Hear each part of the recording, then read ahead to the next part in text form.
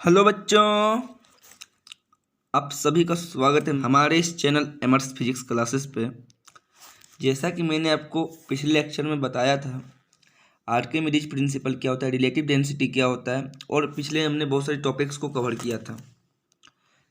ठीक है, हमने ग्रेविटेशन चैप्टर को लाइन बाय लाइन, पूरा चैप्टर को लाइन बाय लाइन एक्सप्लेन करके ख़त्म कर दिया। ठीक है, हम लोग उसका एंड तक पहुंच चुके हैं।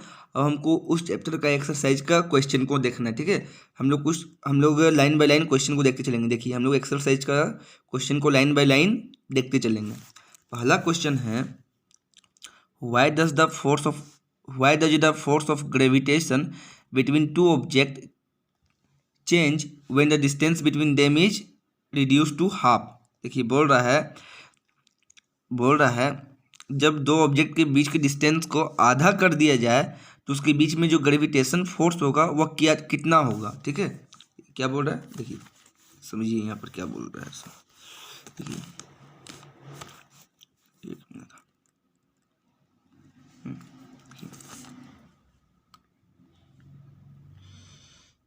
देखिए, एक ऑब्जेक्ट है, दो ऑब्जेक्ट, ठीक, बीच का डिस्टेंस है r। ठीक, हम लोग जानते हैं F इज इक्वल टू होता है G। इसको हम लोग मान लेते हैं, इसका मास को मान लेते हैं m1 और इसका मास मान लेते हैं m2। ठीक है, हम जानते हैं फॉर्मूला होता है F is equal to G m1 m2 upon r square. हम लोग इतना जानते हैं। ठीक है, अब बोल रहे हैं यहाँ पर कि इसके बीच के डिस्टेंस को आधा कर दिया जाए, यानी कि डिस्टेंस पहले r था तो अब डिस्टेंस हो जाएगा ऑब्जेक्ट का बीच का r/2। ठीक है, मास वही रहेगा m1 और m2, सिर्फ डिस्टेंस क्या हो जाएगा, तो डिस्टेंस हो जाएगा r/2। ठीक है, तो यहाँ पर हो जाएगा F is equal to G m1 m2 upon r/2 का होल स्क्वायर। ठीक है, तो आएगा, देखिए, तो यहाँ पर आएगा यहाँ आ जाएगा G m1 m2 upon r square by 4। देखिए, ये ऊपर चल जाएगा r, तो क्या हो जाएगा 4G m1 m2 upon r square. देखिए क्या था, तो यहाँ पर बात आपको ये बता रहा है कि जैसे ही हम डिस्टेंस को आधा करेंगे तो फोर्स ऑफ ग्रेविटेशन जो होता है, जो ग्रेविटेशन फोर्स होगा, ठीक है, जैसे ही हम डिस्टेंस को r से r/2 किए, यानी कि डिस्टेंस को जैसे हम आधा किए वैसे ग्रेविटेशन फोर्स क्या हो गया, तो ग्रेविटेशन फोर्स जो है वह फोर टाइम्स हो गया। देखिए, डिस्टेंस पहले था r, हम डिस्टेंस को कर दिए हाफ, तो ग्रेविटेशनल फोर्स देखिए क्या गया 4G m1 m2 upon r square. ठीक है, उम्मीद है आपको फर्स्ट वाला क्वेश्चन का आंसर समझ में आ गया होगा। ठीक है, ये हमारा था फर्स्ट क्वेश्चन। ठीक, देखिए अब सेकंड क्वेश्चन क्या बोलता है। देखिए सेकंड क्वेश्चन क्या बोलता है। सेकंड क्वेश्चन बोलता है, gravitational force act on all object in proportional to their masses. Gravitational force जो है एक्ट होता है सारे ऑब्जेक्ट पे, वह उसके मास के प्रोपोर्शन होता है। ठीक है, why then a heavy object does not fall faster than a light object. तब फिर क्यों हैवी ऑब्जेक्ट जो है लाइट ऑब्जेक्ट यानी कि हल्के ऑब्जेक्ट की तुलना में जल्दी क्यों नहीं गिरता है। बोल रहा है कि ग्रेविटेशनल फोर्स जो है वह मास पे डिपेंड करता है। ठीक है, सेकंड नंबर में देखिए क्या बोलता है सेकंड नंबर में कि जो ग्रेविटेशनल फोर्स होता है वह मास पे डिपेंड करता है। ठीक है, तो बोल रहा है कि तब क्यों ऐसा है कि हैवी ऑब्जेक्ट जो है लाइट ऑब्जेक्ट की तुलना में, तब तो जो हैवी ऑब्जेक्ट जो भारी ऑब्जेक्ट है उसको जल्दी नीचे गिरना चाहिए, लेकिन ऐसा होता नहीं है। अगर दोनों पे जब ग्रेविटी काम करता है तो दोनों जो है सेम रेट से गिरता है। ठीक है, जब दोनों पे ग्रेविटी काम करता है दोनों सेम रेट से गिरता है। ऐसा क्यों होता है, ऐसा इसीलिए होता है क्योंकि जो, देखिए ऐसा क्यों होता है, तो ऐसा क्यों होता है हमको बताते हैं। देखिए फोर्स इज इक्वल टू होता है मास इंटू एक्सलरेशन, ठीक है। और जो ग्रेविटेशनल फोर्स है उसका मतलब होता है G is equal to capital M mass of earth mass of object upon R square, ठीक है। इसको मान लीजिए इक्वेशन 1 और इसको मान लीजिए इक्वेशन 2, ठीक है। इतना समझ गए होंगे आप, ठीक है। अब फ्रॉम इक्वेशन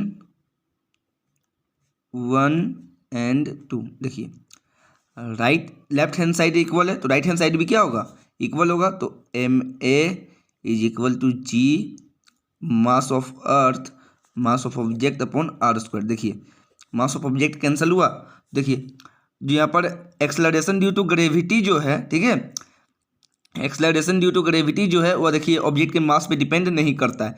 यही कारण है कि हैवी ऑब्जेक्ट हो या तो फिर लाइट ऑब्जेक्ट हो, दोनों का दोनों अर्थ पे जो है सेम रेट से गिरता है, ठीक है। ग्रेविटेशनल फोर्स तो प्रोपोर्शन होगा, लेकिन अर्थ के द्वारा जो ग्रेविटी लगाया जाएगा ना, अर्थ के द्वारा जो एक्सलरेशन ड्यू टू ग्रेविटी होगा वह ऑब्जेक्ट के मास पे डिपेंड नहीं करेगा, ठीक है। सेकंड क्वेश्चन आप लोग को समझ में आ गया होगा। देखिए थर्ड क्वेश्चन क्या बोलता है, थर्ड क्वेश्चन बोलता है what is the magnitude of the gravitational force between the earth and 1 kg object on, देखिए 1 kg object on its surface, ठीक है। यहाँ पर आपको क्या बोल रहे, देखिए बोल रहा है कि what is the magnitude of the gravitational force between the earth and 1 kg object, 1 kg object और अर्थ के बीच में कितना ग्रेविटेशनल फोर्स काम करेगा, ठीक है। वो अर्थ का मास दे रखा है 6 × 10⁻24 kg और अर्थ का रेडियस दे रखा है 6.4 × 10⁻6 मीटर, ठीक है। आइए हम इसको बना के दिखाते हैं आपको। देखिए देखिए 3 नंबर, देखिए ठीक क्या बोला है, देखिए ऑब्जेक्ट का मास दिया हुआ है आपका, जो ऑब्जेक्ट है उसका मास दिया हुआ है 1 kg, ठीक है। और अर्थ का मास आपका दिया हुआ है, देखिए अर्थ का मास कितना दिया गया है 6 × 10⁻24 kg, ठीक है। तो कितना हो जाएगा, 6 × 10⁻24 kg, ठीक है। और जो रेडियस दिया गया अर्थ का कितना दिया गया है, देखिए 6.4 × 10⁻6 मीटर, 6.4 × 10⁻6 मीटर। देखिए क्वेश्चन बढ़िया से पढ़िएगा ना तो आप खुद ब खुद न्यूमेरिकल्स बढ़िया से बना सकते। देखिए क्या आपको ग्रेविटेशनल फोर्स निकालने बोला था अर्थ और 1 kg ऑब्जेक्ट के बीच का, ठीक है। तो सिंपल सा फॉर्मूला है, फोर्स इज इक्वल टू निकालिए, लगाइए G mass of earth mass of object upon R square, ठीक है। अब जो कैपिटल जी है उसका वैल्यू होता है 6.67 × 10⁻11 न्यूटन मीटर स्क्वायर पर kg स्क्वायर। देखिए ये जी का वैल्यू को हमको दिखाते हैं, इधर ही होगा, इधर गया कैपिटल जी का वैल्यू, एक मिनट दिखा रहे हैं आपको कैपिटल जी का वैल्यू।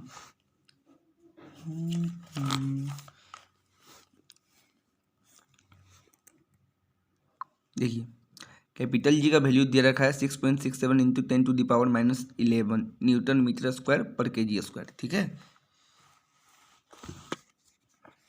आते हैं हम लोग फिर से अपना न्यूमेरिकल्स में, ठीक है। देखिए 6.67 × 10⁻11 इंटू मास ऑफ अर्थ 6 × 10⁻24 और मास ऑफ ऑब्जेक्ट है 1, आर स्क्वायर की जगह में दिया आर का वैल्यू दिया 6.4 × 10⁻6, ठीक है। याद रखिएगा ये आर का वैल्यू यहाँ पर आपको आर स्क्वायर यानी कि इसका स्क्वायर करना होगा, ठीक है। जब आप इसको सॉल्व कीजिएगा ना तो आएगा 9.8 न्यूटन, ठीक है। अब इसको आप सॉल्व कीजिएगा तो आएगा 9.8 न्यूटन, ठीक है। देखिए 4 नंबर क्वेश्चन बोलता है the earth and the moon are attracted to each other by gravitational force बोला अर्थ और मून जो दोनों का दोनों है एक दूसरे को ग्रेविटेशनल फोर्स से खींचता है, ठीक है। Does the earth attract the moon with a force it is greater or smaller or the same as the force with which the moon attracts the earth. Why? बोल रहा है कि अर्थ और मून दोनों ग्रेविटेशनल फोर्स लगा के एक दूसरे को अपनी तरफ खींचता है, ठीक है। तो अर्थ ज़्यादा ग्रेविटेशनल फोर्स लगाता है मून पे कि मून ज़्यादा ग्रेविटेशनल फोर्स लगाता है अर्थ पे, ये दोनों का दोनों सेम ग्रेविटेशनल फोर्स लगाना है, आपको इसको बताना है, ठीक है। तो हम लोग जानते हैं, देखिए 4 नंबर क्वेश्चन देखिए 4 नंबर देखिए हम जानते हैं हमको क्या निकालना है, ग्रेविटेशनल फोर्स अर्थ लगा रहा है मून पे, ठीक है। अर्थ लगा रहा है ग्रेविटेशनल फोर्स मून पे, ठीक। देखिए अर्थ ग्रेविटेशनल फोर्स लगा रहा है मून पे, तो क्या हो जाएगा G mass of earth mass of moon upon R square. अब क्या है, अब जो है मून ग्रेविटेशनल फोर्स लगाएगा अर्थ पे, मून क्या करेगा अब ग्रेविटेशनल फोर्स लगाएगा अर्थ पे, तो क्या हो जाएगा G mass of moon mass of earth upon R square. देखिए दोनों को अगर आप इक्वेट कीजिएगा तो देखिएगा दोनों का जो वैल्यू है देखिए सेम आ रहा है, दोनों की इक्वेट कीजिएगा दोनों का वैल्यू क्या है, तो दोनों का वैल्यू सेम आ रहा है। इससे हमें ये पता चला कि यदि अर्थ ग्रेविटेशनल फोर्स लगाएगा मून पे या तो फिर मून ग्रेविटेशनल फोर्स लगाएगा अर्थ पे, दोनों का जो ग्रेविटेशनल फोर्स का जो वैल्यू आएगा वो सेम आएगा, इसलिए दोनों एक दूसरे को अपनी तरफ अट्रैक्ट करेगा लेकिन सेम फोर्स से अट्रैक्ट करेगा, ठीक है। अब देखिए 5 नंबर क्वेश्चन में क्या बोलता है, if the moon attract the earth, यदि मून अर्थ को अपनी तरफ अट्रैक्ट करता है, why does the earth not move towards the moon. बोल रहा है यदि अर्थ मून को, यदि मून अट्रैक्ट करता है अर्थ को, बोल रहा है if the moon attracts the अर्थ, यदि मून जो है अर्थ को अपनी तरफ अट्रैक्ट करता है तो why does the earth not move towards the moon, तो अर्थ जो है मून की तरफ मूव क्यों नहीं करता है, ठीक है। बोल रहा है जब अर्थ मून को अपनी तरफ अट्रैक्ट करता है, सॉरी मून अर्थ को अपनी तरफ अट्रैक्ट करता है तो अर्थ जो है मून की तरफ मूव क्यों नहीं करता है, देखिए क्यों नहीं करता है, 5 नंबर क्वेश्चन है, ठीक है। देखिए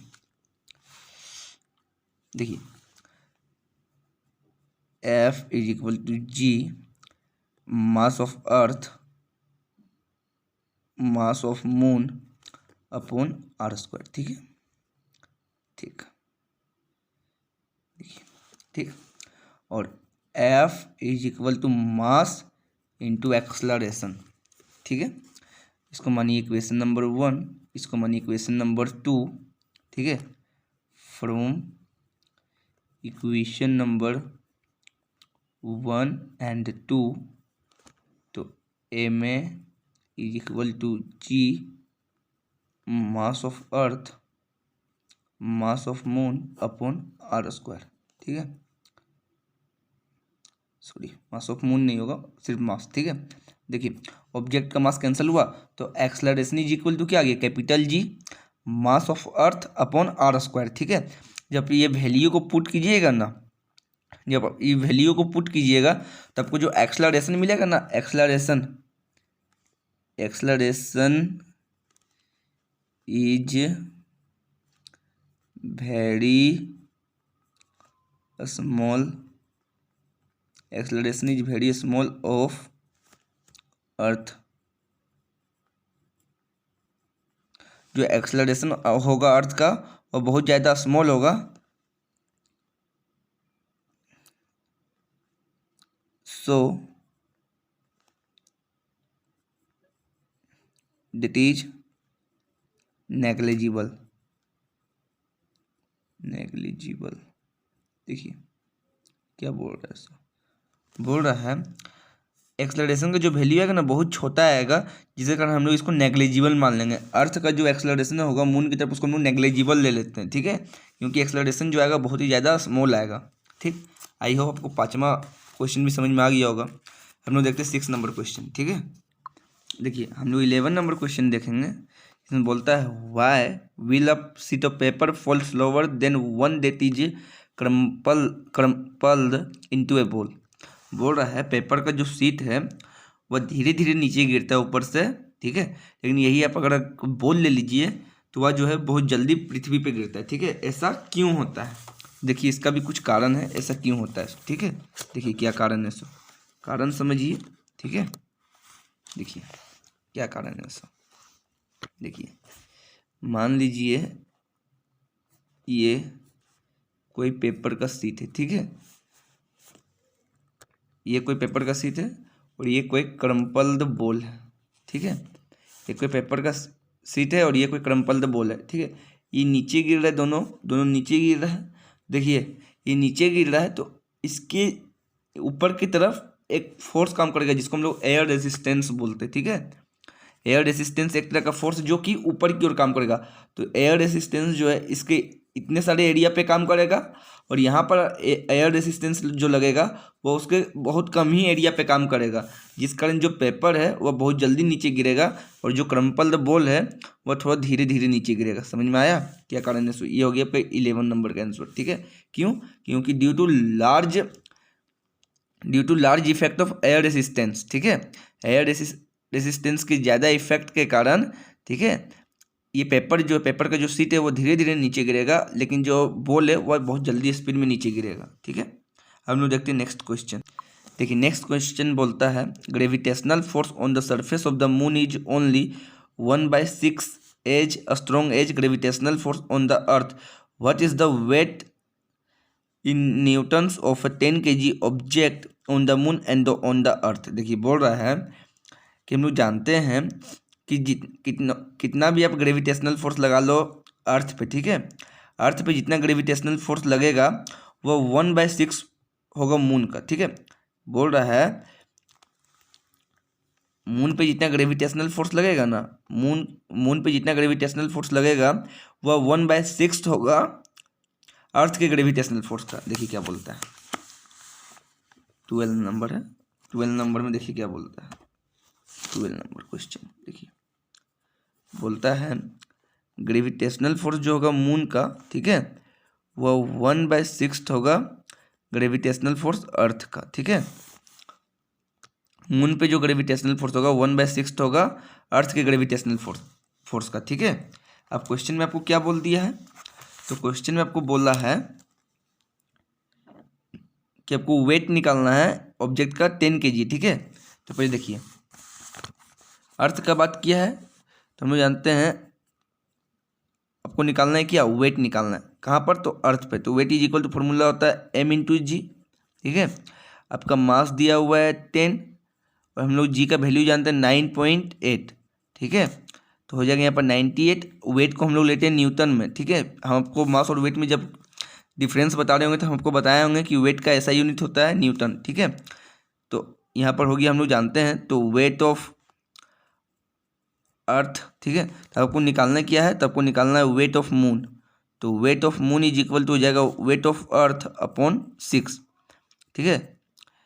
देखिए यही चीज़ आपको बता रहे हैं कि फोर्स जो मून पे होगा gravitational force is equal to होगा 1/6 और Fe के इक्वल होगा। तो वेट ऑफ मून जो होगा वेट ऑफ अर्थ अपॉन 6 के इक्वल होगा। तो वेट ऑफ अर्थ पे कितना दिया हुआ है ऑब्जेक्ट का वेट? अर्थ पे ऑब्जेक्ट का वेट कितना है? 98 न्यूटन। अब तो आपको मून पे निकालना है तो 6 से डिवाइड कर दीजिए। तो जब इसको डिवाइड कीजिएगा तो कितना आ जाएगा? 13.3 न्यूटन आ जाएगा, ठीक है। यदि आप वेट निकालिएगा ऑब्जेक्ट का अर्थ पे तो आएगा 98 न्यूटन। यदि आप उसी ऑब्जेक्ट का वेट निकालिएगा मून पे तो आएगा 13.3 न्यूटन, ठीक है। अब नेक्स्ट क्वेश्चन हम लोग देखते हैं। देखिए नेक्स्ट क्वेश्चन बोलता है a ball is thrown vertically upward with a velocity of 49 metre पर second, calculate the maximum height to which it rises. बोल रहा है कि हम लोग एक बॉल को ऊपर की तरफ फेंकते हैं वेलोसिटी 49 मीटर पर सेकंड से, तो आपको मैक्सिमम हाइट बताना है कि कितना मैक्सिमम हाइट तक वह बॉल जो है एराइज होगा और कितने उस हाइट तक पहुंचने के लिए अर्थ के सरफेस से उस हाइट तक पहुंच के फिर वापस आने में उसको कितना टाइम लगेगा, ठीक है। देखिए क्या बोलता है, बोल रहा है देखिए क्या बोल रहे हैं समझिए। ये क्वेश्चन हम बता रहे हैं आपको 13 नंबर क्वेश्चन, ठीक है। देखिए 13 नंबर क्वेश्चन में आपको बता रहे हैं, देखिए क्या बता रहे हैं सब।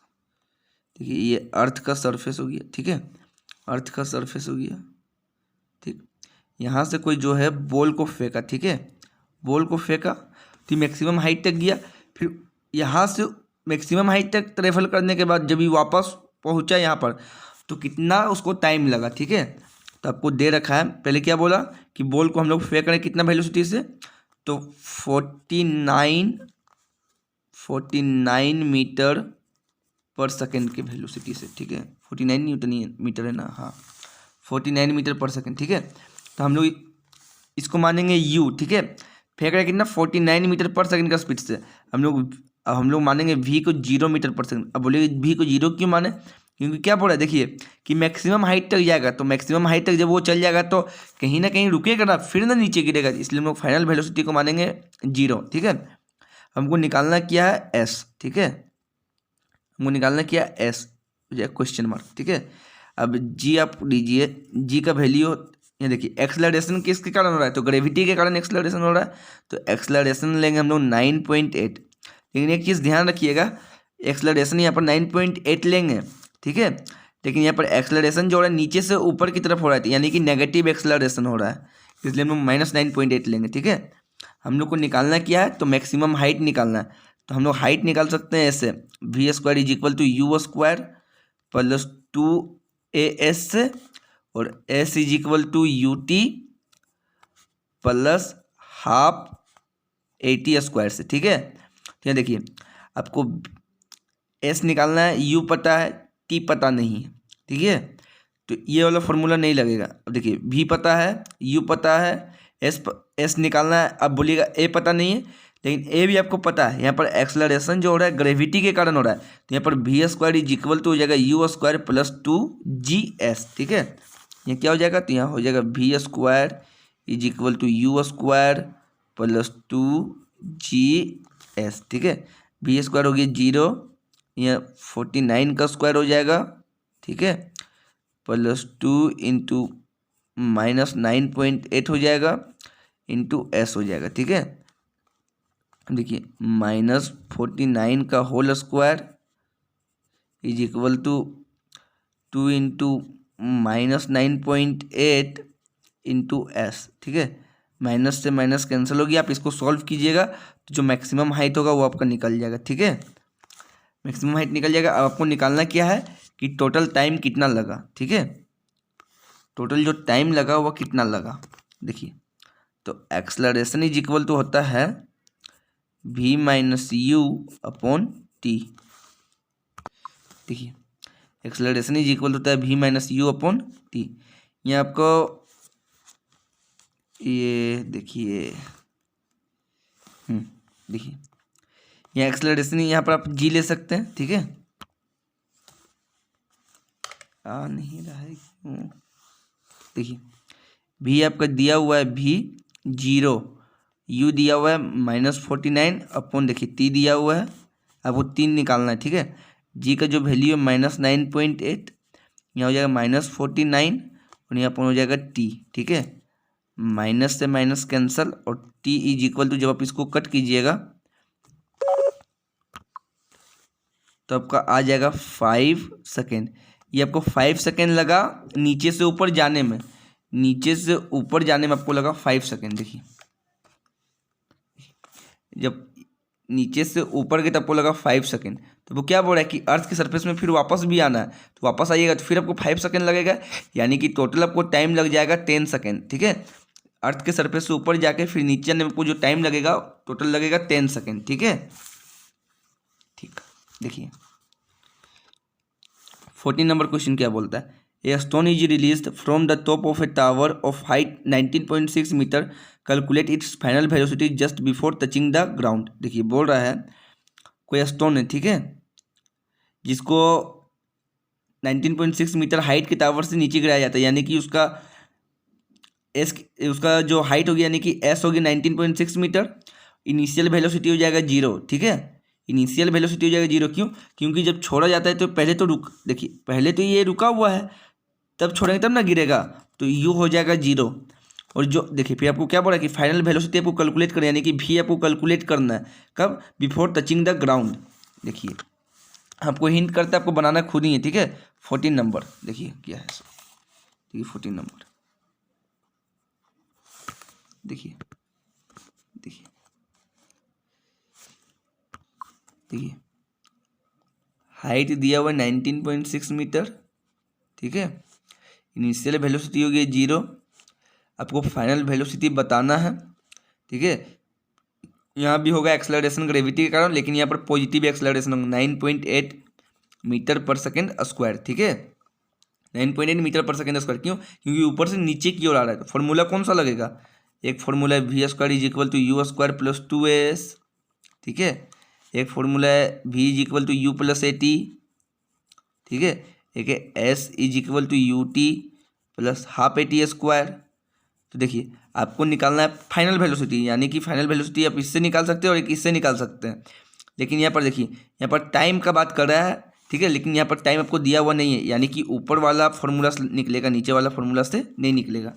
14 वाला क्वेश्चन बन जाएगा। देखिए 15 वाला क्वेश्चन में बोलता है a stone is thrown vertically upward with an initial velocity of 40 metre पर second taking g is equal to 10 metre पर second square, find the maximum height reached by the stone, what is the net displacement and the total distance covered by the stone. देखिए बोल रहा है कि कोई व्यक्ति है जो पत्थर को नीचे से ऊपर की तरफ फेंकता है वर्टिकली, ठीक है। उसका इनिशियल वेलोसिटी जो है 40 मीटर पर सेकेंड है, और जो जी लेना है आपको 10 मीटर पर सेकेंड स्क्वायर लेना है। आपको बताना है कि जो स्टोन है वह कितना मैक्सिमम हाइट तक जाएगा, ठीक है। वो ऑब्जेक्ट जो है कितना मैक्सिमम हाइट तक पहुंचेगा, ठीक है। अब वो आपको इसी तरह का फॉर्मूला लगा के आप निकाल लीजिएगा, ठीक है। उसके बाद आपसे पूछ रहा है कि कितना डिस्प्लेसमेंट होगा और कितना डिस्टेंस कवर किया जाएगा वो स्टोन के द्वारा, ठीक है। नेट डिस्प्लेसमेंट बोला, नेट डिस्प्लेसमेंट कहने का मतलब हुआ, देखिए नेट डिस्प्लेसमेंट कहने का मतलब हुआ यहाँ से ऑब्जेक्ट को फेंका गया ऊपर, ठीक है। ये कुछ डिस्टेंस का यहाँ से यहाँ फेंका गया तो कुछ डिस्प्लेसमेंट कवर किया, ठीक है। फिर यहाँ से फिर ये यहाँ आ गया, यानी कि जहाँ से ऑब्जेक्ट फेंका गया था फिर वहीं आ गया। डिस्प्लेसमेंट कितना होगा? मान लीजिए यहाँ से यहाँ का 5 मीटर का डिस्टेंस है, ठीक है। डिस्प्लेसमेंट इज इक्वल तो हम जानते हैं फॉर्मूला होता है फाइनल माइनस इनिशियल, ठीक है। आपका फाइनल हो गया है 5 मीटर डिस्टेंस, और फिर इनिशियल भी क्या हो गया 5 मीटर। देखिए पहले गया यहाँ से यहाँ, ठीक है। या ऐसे मत समझिए, देखिए ऑब्जेक्ट पहले यहाँ से चलना स्टार्ट किया, यहाँ पहुँचा, फिर यहाँ से चलना स्टार्ट किया, फिर यहाँ पहुँचा। हम लोग जानते हैं डिस्प्लेसमेंट क्या होता है, shortest distance between initial point two final point, यानी कि इनिशियल यहीं से था और फाइनल भी यहीं आ गया, यानी कि डिस्प्लेसमेंट आपका यहाँ क्या हो जाएगा 0। आपको अगर डिस्टेंस निकालना है, डिस्टेंस क्या हो जाएगा, यहाँ से यहाँ गया, फिर यहाँ से फिर यहाँ आया। तो मान लीजिए यदि अगर डिस्टेंस 5 मीटर का है तो 5 मीटर इसको नीचे से ऊपर जाने में लगा और 5 मीटर ऊपर से नीचे आने में लगा, डिस्टेंस क्या हो जाएगा 10 मीटर। तो इसी तरह फॉर्मूला बैठाइएगा और ये डिस्टेंस और डिस्प्लेसमेंट को निकाल लीजिएगा, यानी कि 15 नंबर क्वेश्चन तक आपका बन जाएगा। नेक्स्ट वीडियो में हम 16, 17 आगे और हम नेक्स्ट वीडियो में बता देंगे, ठीक है। आज का वीडियो बहुत लंबा हो गया, 28 मिनट का हो गया, और अगर हम आपको पूरा बता देंगे तो और लंबा हो जाएगा वीडियो, फिर आप लोग देखिएगा नहीं, ठीक है। वीडियो हम कोशिश करते हैं कि आधा घंटा का मैक्सिमम रखें। आप लोग कॉन्सेंट्रेट के साथ देखिएगा, क्योंकि एक भी वर्ड छोड़िएगा फिर आपको समझ में नहीं आएगा, ठीक है। आई होप वीडियो आप सभी को पसंद आया होगा, पसंद आया हो तो लाइक कीजिएगा, ठीक है। और वीडियो को हम आपको बार बार आप लोग को बोलते हैं कि शेयर जरूर कीजिएगा, ठीक है। वीडियो को हमेशा शेयर कीजिएगा। Thank you.